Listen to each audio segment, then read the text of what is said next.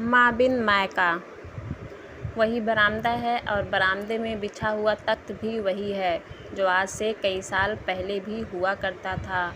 और उस पर बैठी देवकी आज भी अपने मायके से ससुराल जाने को तैयार बैठी थी। पर आज यहाँ के दृश्य के साथ साथ रिश्तेदार भावनाएं और सोच सब बदल चुके थे। 2 साल पहले जब वह वहाँ से विदा हो रही थी तब माँ को बीमार हालत में छोड़कर जा रही थी। जाते जाते बार बार अपनी भाभीयों से भाई से गिड़गिड़ाते हुए कहा था कि माँ की तबीयत की खबर उसे देते रहें। सबने उसे सांत्वना भी दिया था।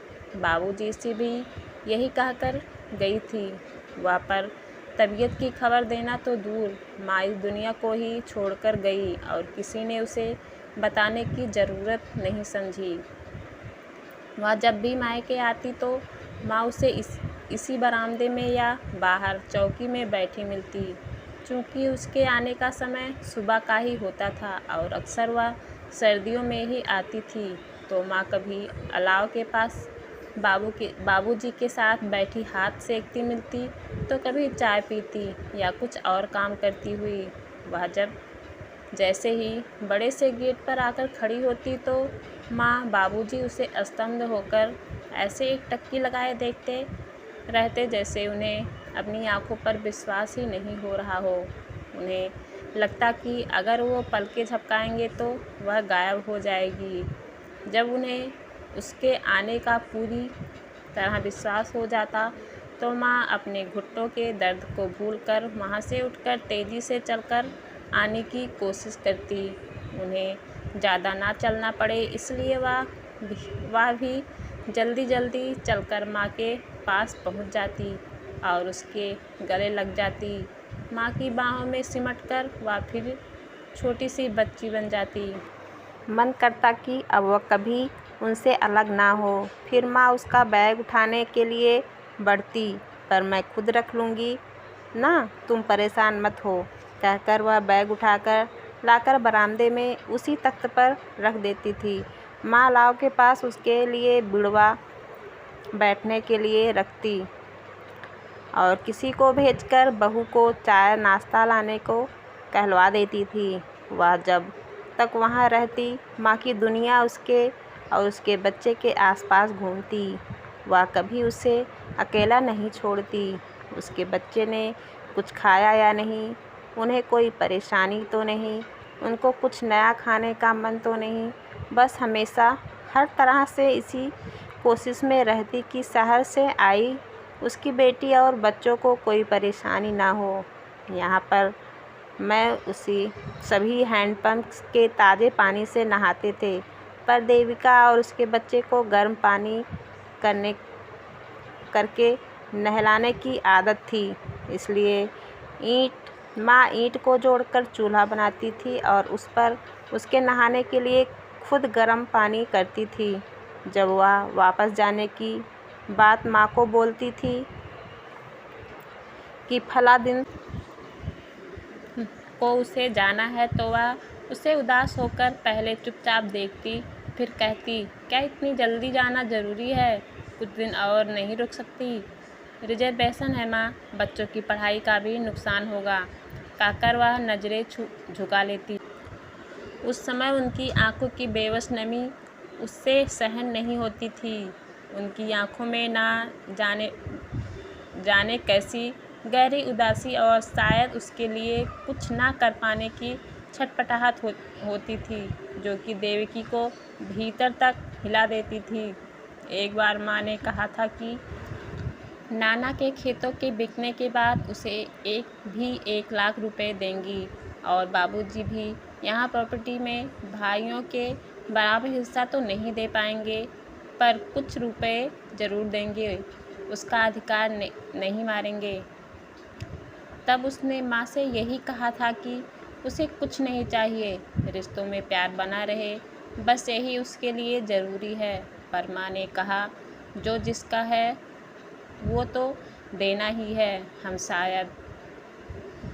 ज़्यादा तो नहीं कर सकते, पर थोड़ा बहुत जितना कर सकते हैं वो तो करेंगे ही। पर उसने महसूस किया था कि माँ अपने बेटों के सामने उसके अधिकार की बातें नहीं कर पाती थी। कारण वो यह भी जानती थी कि गांव में आज भी बेटियों को मायके की ज़मीन जायदाद में हिस्सा नहीं दिया जाता।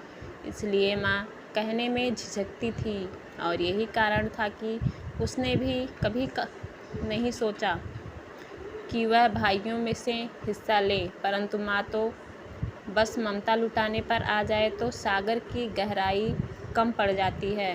लेकिन ममता के अधीन उनकी बेबस आंखें देखकर कभी कभार तो उसे माँ पर भी गुस्सा आता।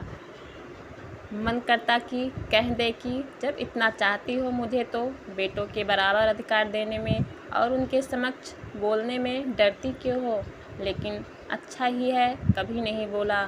जिस दिन उसे वापस जाना होता तब बरामदे में रखे उसी तख्त पर बैठकर कपड़े बैग में रखती और माँ गुड़, मुरमुरे, अचार, घी और ना जाने क्या क्या लाकर उसके लिए रखने लगती। तब उसे बार बार मना करना पड़ता था कि कैसे इतना सब कुछ ले जाऊंगी।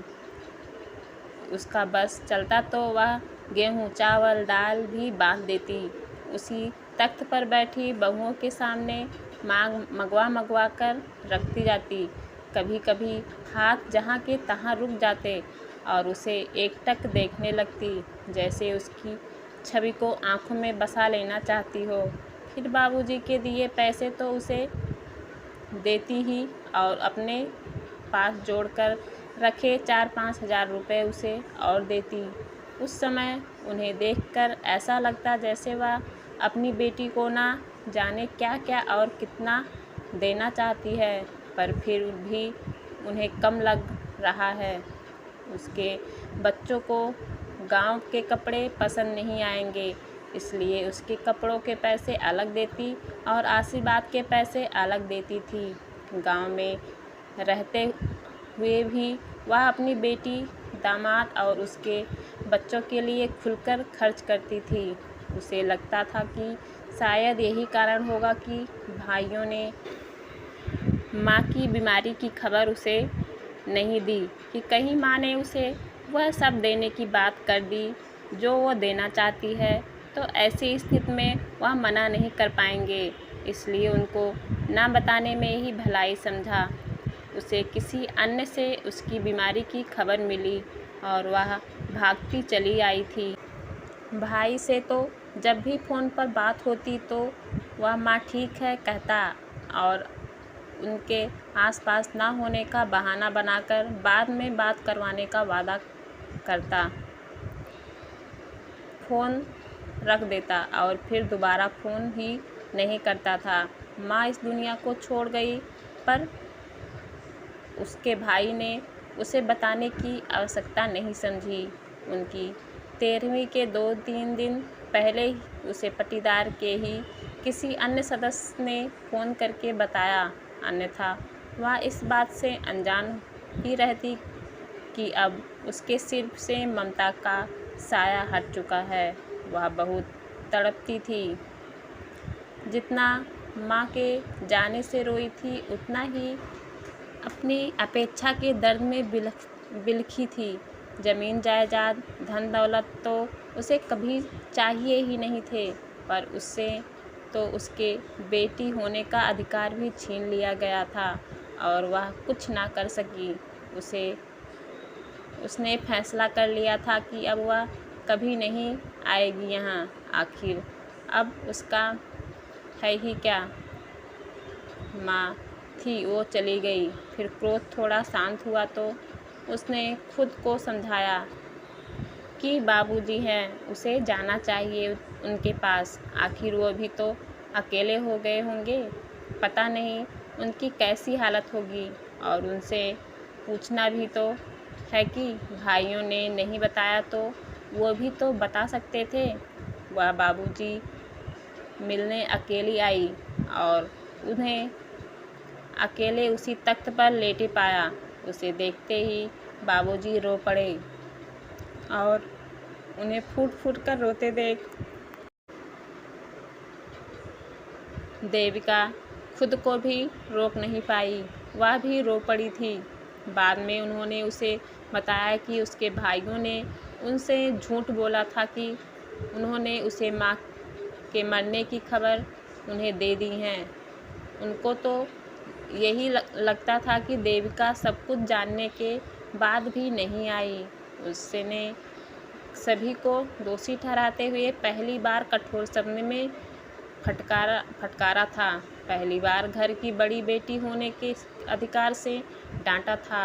और तब किसी ने फ़ोन खराब होने और किसी ने फ़ोन नंबर ना मिलने के अविश्वसनीय बहाने बनाए थे। देविका को माँ के बगैर घर काटने को दौड़ता महसूस हो रहा था। हालांकि अब तो उसका एक भाई भी पुराने वाले घर से यहीं इस नए वाले घर में रहने लगा था, ताकि रात को बाबूजी को अकेले ना रहना पड़े। तब भी देविका के लिए एक एक दिन काटना मुश्किल हो रहा था। जैसे पहले माँ उसका ख्याल रखती थी, इस बार बाबूजी ने रखा, और उन्होंने भी वही दोहराया जो माँ कहा करती थी कि उसे उसका अधिकार मिलना चाहिए। उन्होंने कहा था कि वह माँ की अंतिम इच्छा ज़रूर पूरी करेंगे, और उन्होंने मौसी के बेटे से उसकी बात भी कर ली है। देविका को महसूस हुआ कि उसके बाबूजी के स्वभाव में पहले से अधिक परिवर्तन हो गया है। माँ के रहते वह कभी नहीं पूछते थे कि उसके खाना खाया या नहीं, उसे किसी चीज़ की आवश्यकता तो नहीं, या शायद ज़रूरत ही नहीं पड़ी। उन्हें पता होता था कि माँ खुद से पहले उसका ध्यान रखती थी, और अब माँ के अभाव में वह माँ के हिस्से की जिम्मेदारी भी स्वयं निभाने लगे। शायद उन्हें अपने बेटे बहू की लापरवाही का भी बोध था, इसलिए वह ज़्यादा सजग हो गए थे। वापस जाने का समय आया तो फिर वही बरामदा और वही तख्त, पर वहाँ जल्दी जल्दी उसके लिए ज़्यादा से ज़्यादा चीज़ें लेने की लालायित माँ नहीं थी। बाबूजी उससे 2 कदम की दूरी पर कुर्सी पर बैठे थे।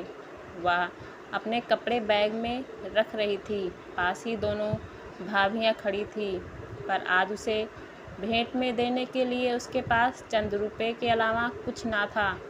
जब भाभियों ने उसे पैसे देना चाहा तो उसने मना किया, पर बाबूजी की ओर देखकर उसे लगा कि उन्हें दुख होगा अगर वह खाली हाथ चली गई तो।